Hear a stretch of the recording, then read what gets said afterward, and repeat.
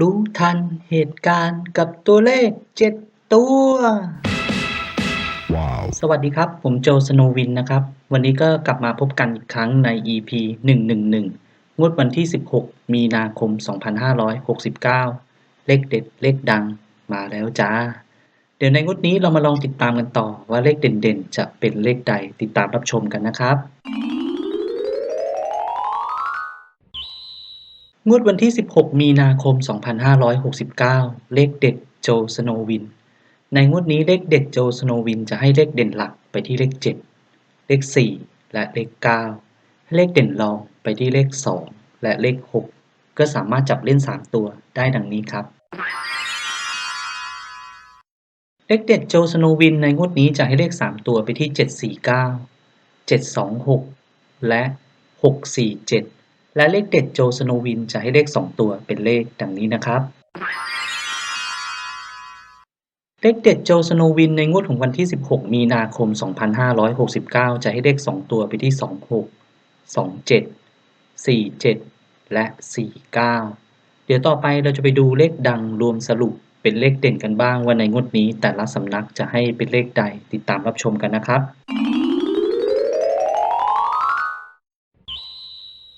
งวดวันที่ 16 มีนาคม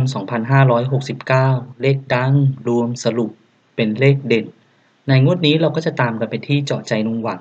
เจาะใจลุงหวังให้เลขเด่นไปที่เลข 3 และเลข 4 มาตัวค่าล้านเปอร์เซ็นต์ให้เลขเด่นไปที่เลข 6 และเลข 7 ปักหลัก10ล่างให้เลขเด่นไปที่เลข 2 เลข 6 และเลข 9 ม้าสีหมอกให้เด่นบนไปที่เลข 2 และเลข 7 ให้เด่นล่างไปที่เลข 4 และเลข 9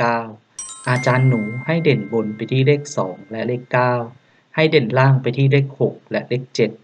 เจ้าพ่อปากแดงให้เลขเด่นไปที่เลข 6 และให้เลขรองไปที่เลข 7 นกตาทิพย์ให้เลขเด่นไปที่เลข 2 เลขดังรวมสรุปเป็นเลขเด่นได้เลขดังนี้นะครับ สรุปเลขดังรวมเป็นเลขเด่นในงวดนี้จะให้เลขเด่นไปที่เลข 6 เลข 2 และเลข 7 ก็สามารถจับเล่น 3 ตัวได้ดังนี้ครับ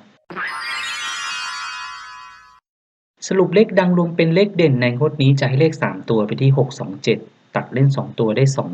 27 62 และ 67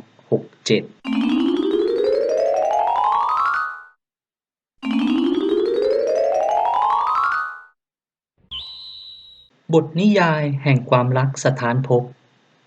ไม่รู้จบด้วยหัวใจเสน่หา เจ้าจอมยุทธเฝ้ารอรักหวนคืนมา